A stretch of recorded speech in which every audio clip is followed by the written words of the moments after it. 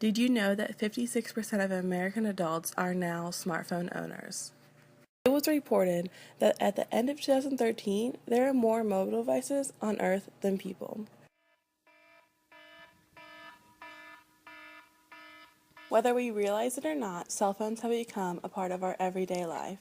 From having them wake us up in the morning and instantly checking our social media websites to constantly checking them throughout the day, we have become attached to our devices.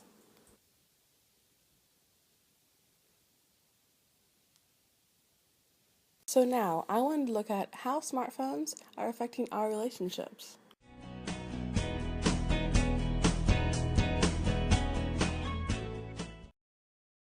On the App Store currently, there are over 1 million apps that can be downloaded.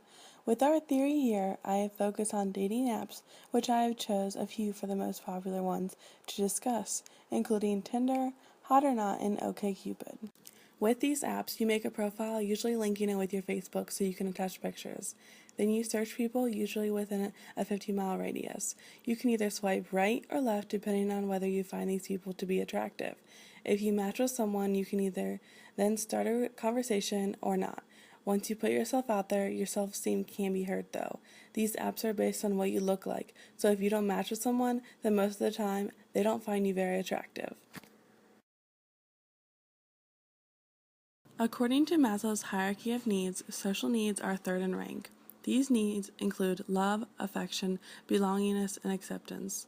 You can receive these from your work group, friends, family, and romantic relationships. You can say that some of your social needs can be met from these apps, such as acceptance from being matched, but not all. How can you feel affection from these people you have never met? This is where you fall short and realize that you need face-to-face relationships in your life for all your social needs to be met.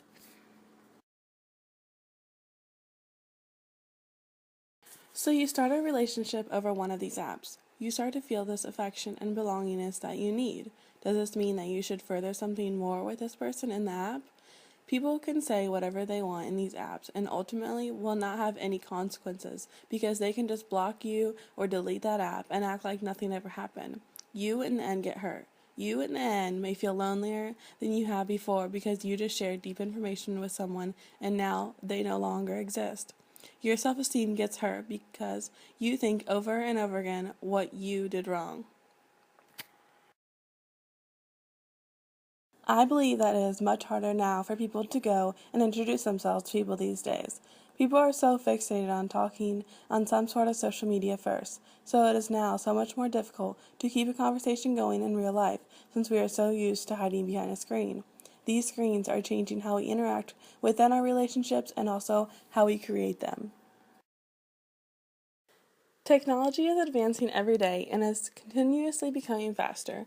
We are able to do more and more within one small device. We cannot hide nor can we run from this, so we must decide how we are going to integrate this into our relationships. Are we okay with finding our significant others on these such dating apps? If so, we must become accustomed to being socially awkward when talking to someone for the first time because this is what it has come down to.